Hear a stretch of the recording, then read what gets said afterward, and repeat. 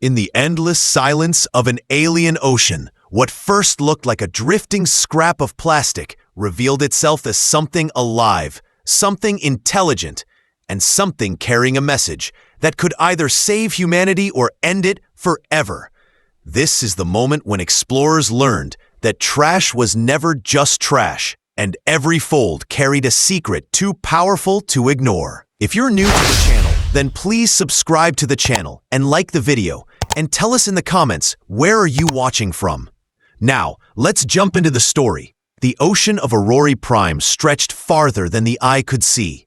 Its surface shimmered beneath twin suns, casting waves of light that danced like broken glass. For months, Dr. Marcus Hale had studied these waters.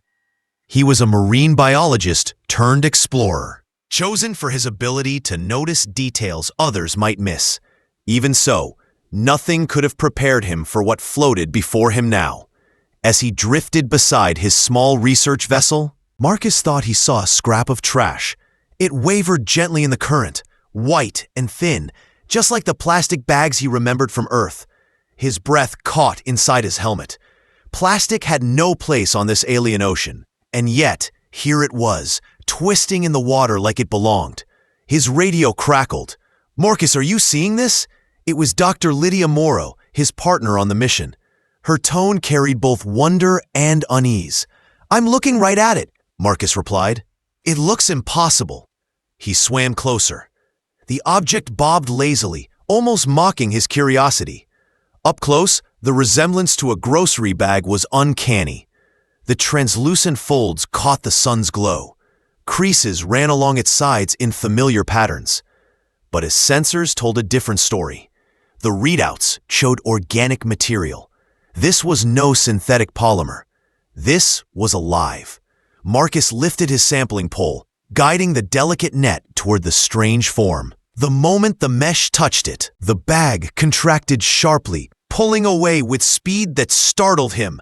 "It moved," he whispered, though his heart was pounding. Lydia's voice came through again, hushed. "Did it just swim?" Yes. The creature contracted and expanded, pushing itself forward through the water like a jellyfish. Except it wasn't a jellyfish. It was something new, something alien, that had evolved to look like Earth's discarded plastic. Marcus blinked, unable to believe what his eyes were showing him. The team back on the vessel leaned forward, watching through external cameras. Captain Rowan Briggs' gravelly voice broke the silence. "Report, Hale. What exactly are we dealing with?" Marcus steadied his breath. "Captain, it appears to be organic life.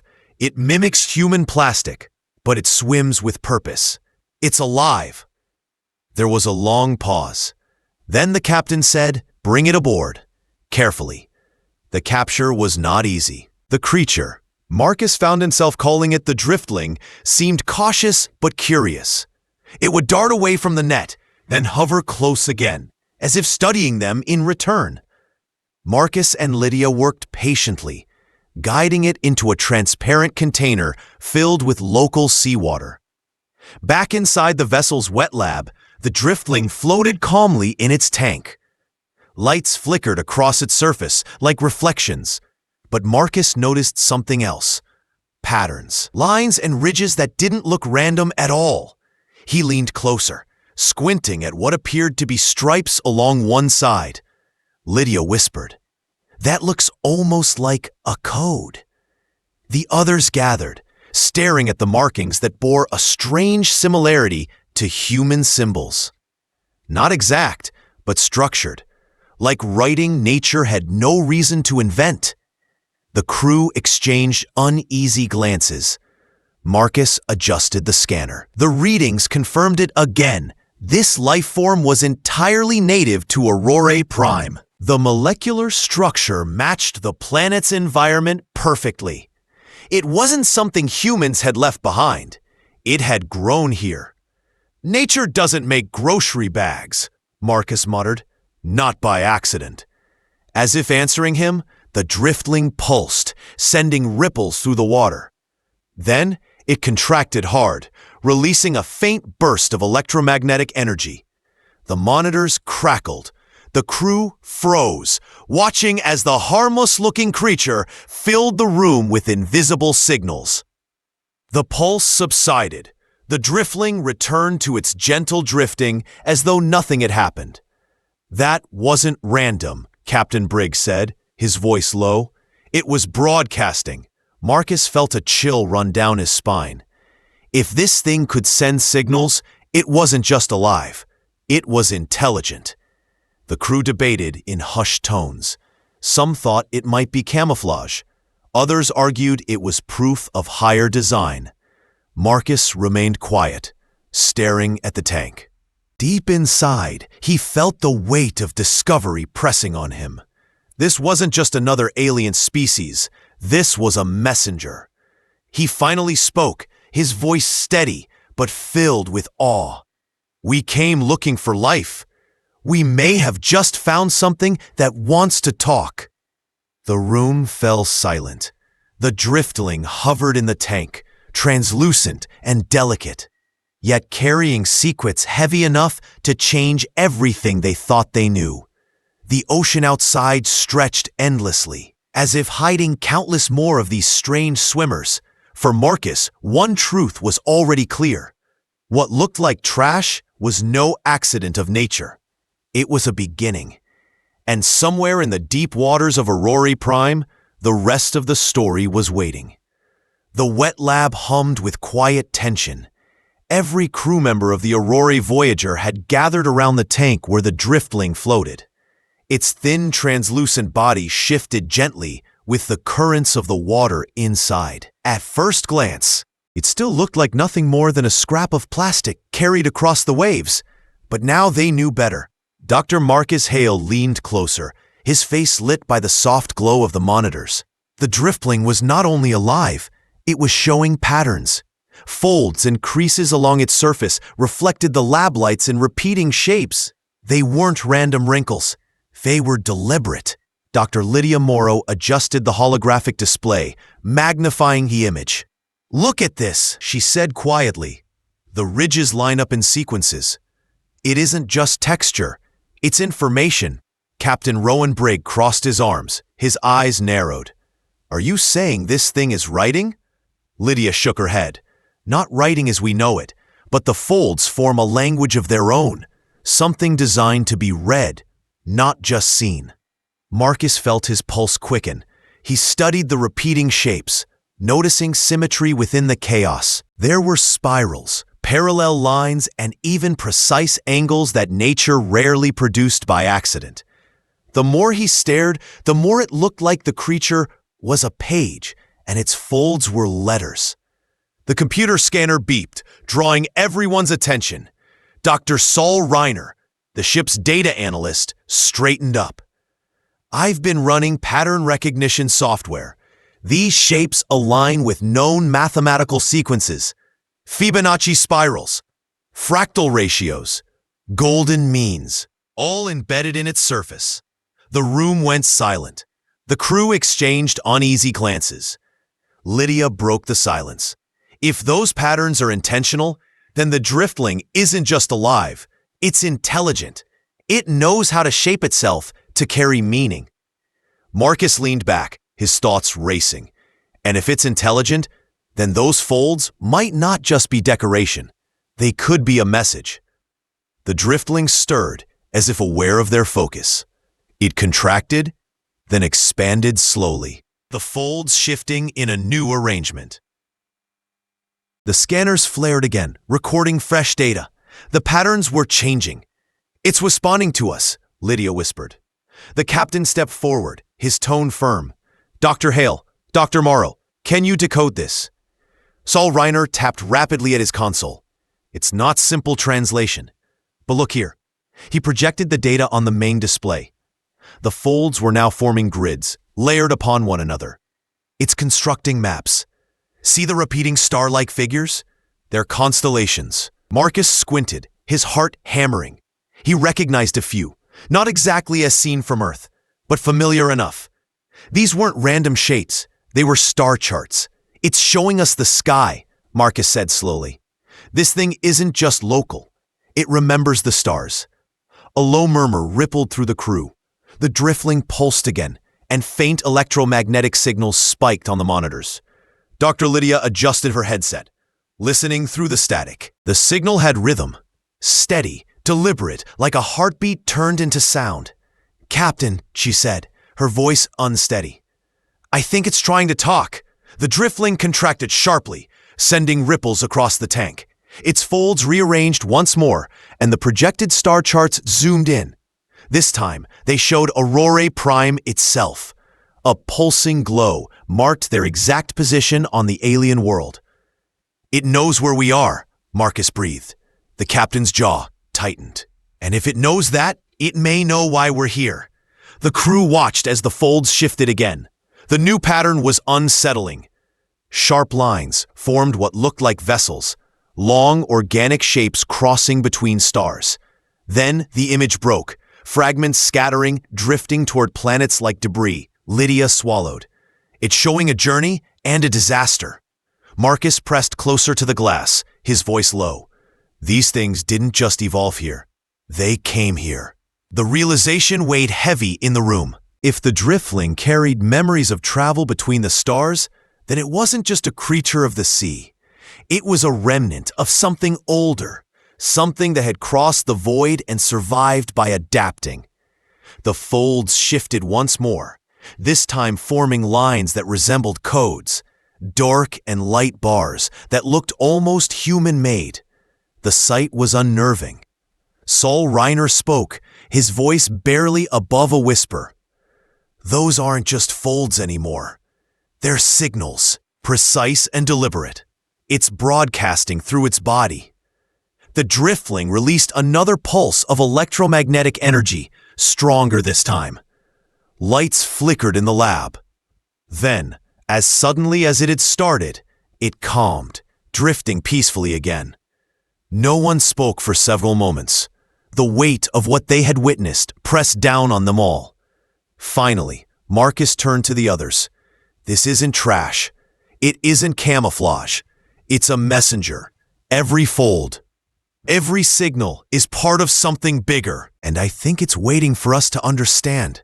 Lydia nodded slowly. "A message made of folds." The captain exhaled, his voice steady, but heavy with meaning. "Then our job is clear. We read it, we learn what it wants us to know, and we find out if it's alone."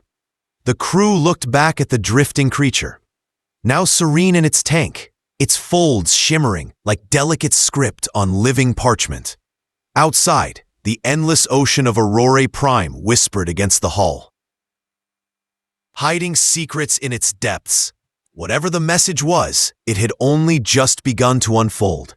The Aurorae Voyager floated quietly above the alien ocean, its lights glimmering against the waves. Inside, the crew gathered once again in the wet lab. The driftling swayed calmly in its tank, folds glowing faintly as if waiting to be read. No one spoke for a moment. The silence carried the weight of the unknown. Dr. Marcus Hale finally broke it. "We've seen enough to know it's intelligent. The folds are messages. The signals are deliberate. This creature isn't just alive. It's speaking to us. The question is, what does it want?"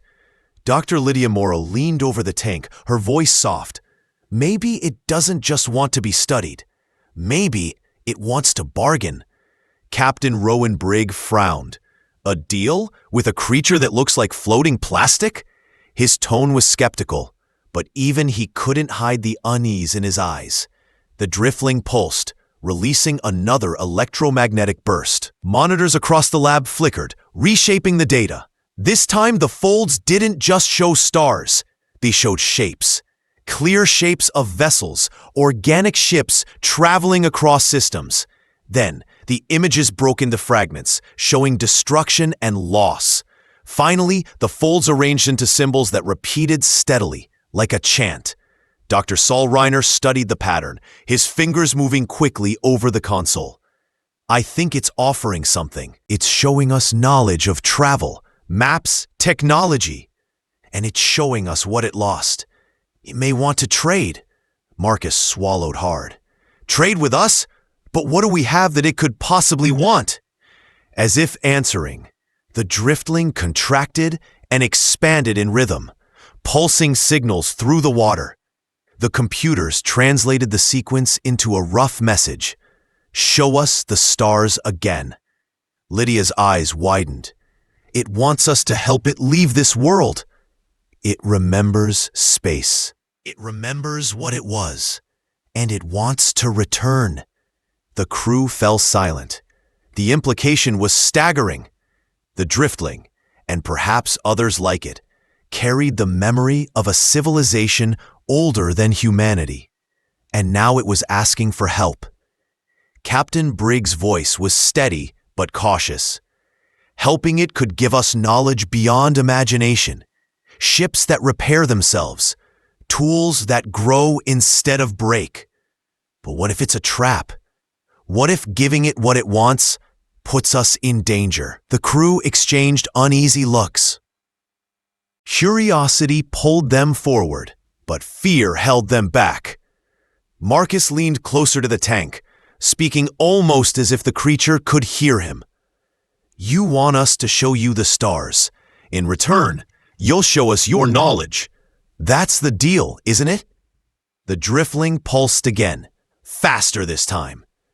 The folds shimmered with patterns that formed intricate spirals.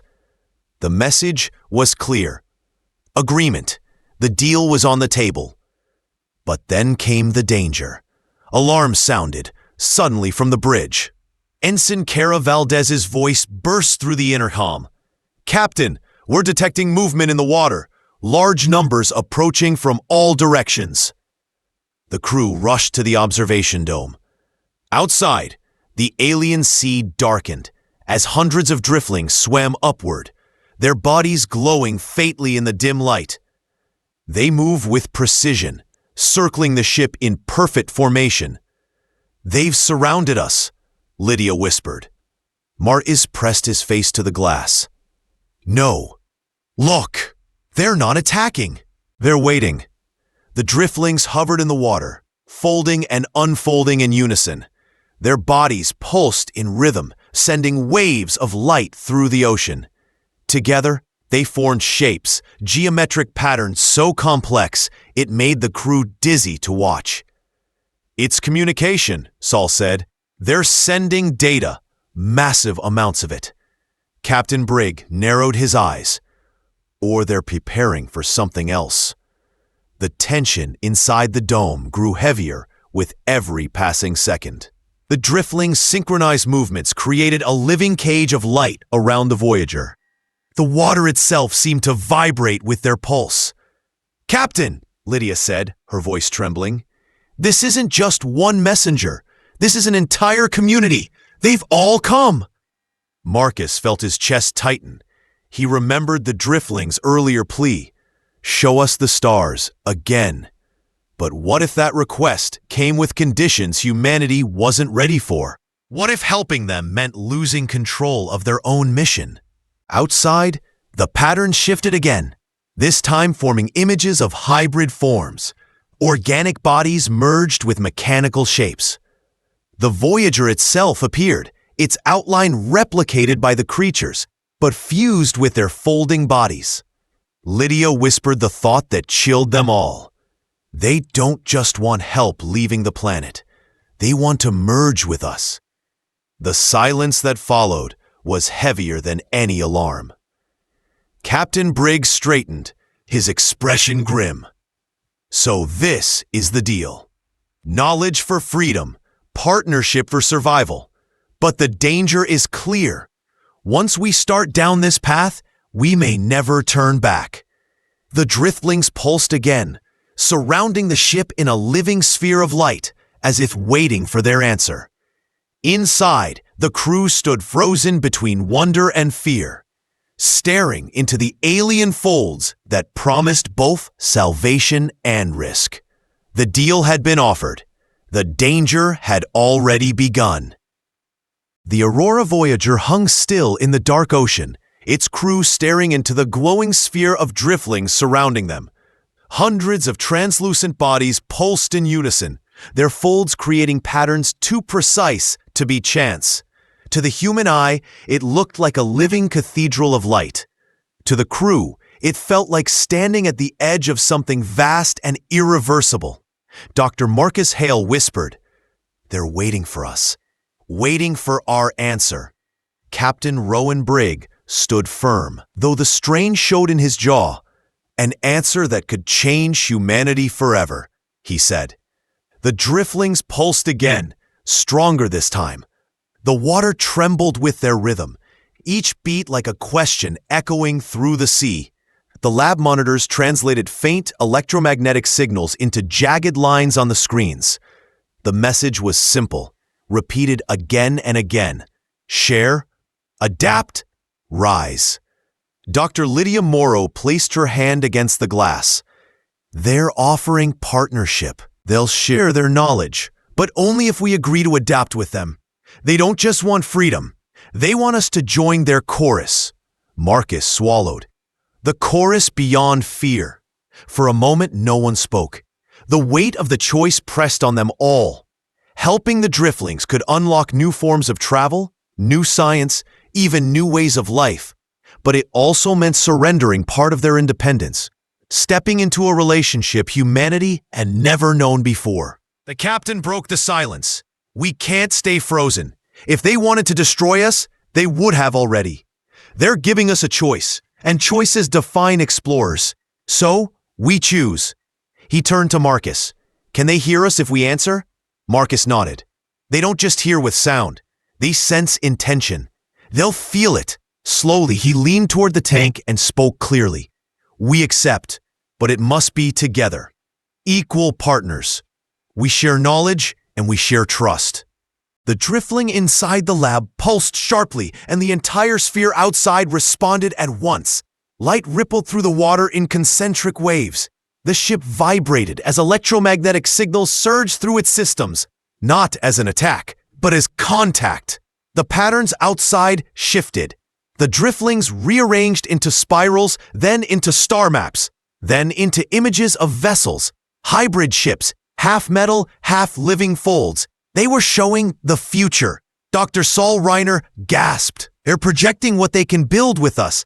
Technology that grows, ships that heal themselves, tools that adapt faster than we can design them." Lydia added softly, "They're not just dreaming. They're inviting us to dream with them." But then the danger returned.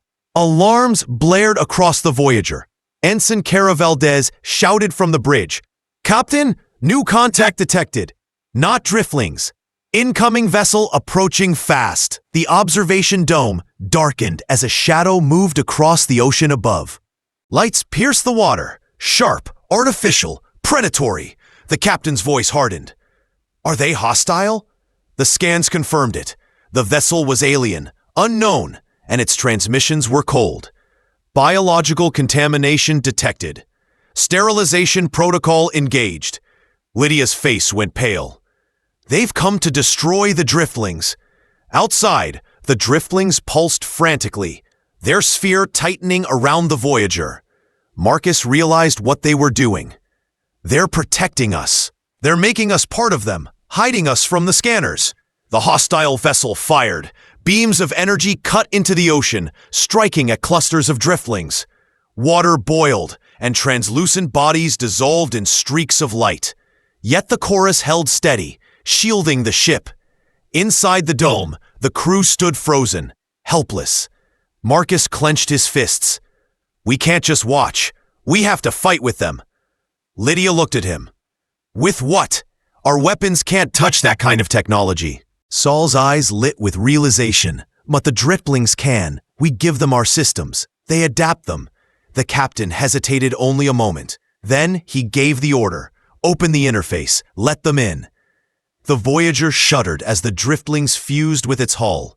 Panels glowed with living light. Circuits hummed with new energy. The ship itself began to change. Outside, hybrid projectiles formed, part machine, part organism. They launched from the Voyager like living torpedoes, twisting through the water with precision. They struck the hostile vessel not with explosions, but with adaptation. The enemy's shields flickered, then collapsed under the pressure of living code learning in real time. The hostile ship turned, retreating into the darkness, leaving only silence behind. The sphere of driftlings pulsed one last time, not in panic, but in harmony. The message was clear. Together, we survived. The crew exhaled in unison. The danger had passed, but something greater had begun. Marcus stared at the glowing folds outside the dome, his voice quiet with awe. We're no longer just explorers. We're part of something larger now, a chorus beyond fear. Lydia nodded. We've stepped into a future where survival means sharing, where strength comes not from standing alone, but from joining the song. Captain Briggs' eyes softened. Then let's sing with them, and see how far this chorus carries us. The Voyager floated in silence as the driftlings parted, guiding them upward toward the starlight. The ocean surface shimmered above, but beyond it lay the stars the driftlings had longed for. And for the first time, humans and driftlings rose together. Their voices joined in a chorus that reached beyond fear, beyond the ocean, and into the infinite sky.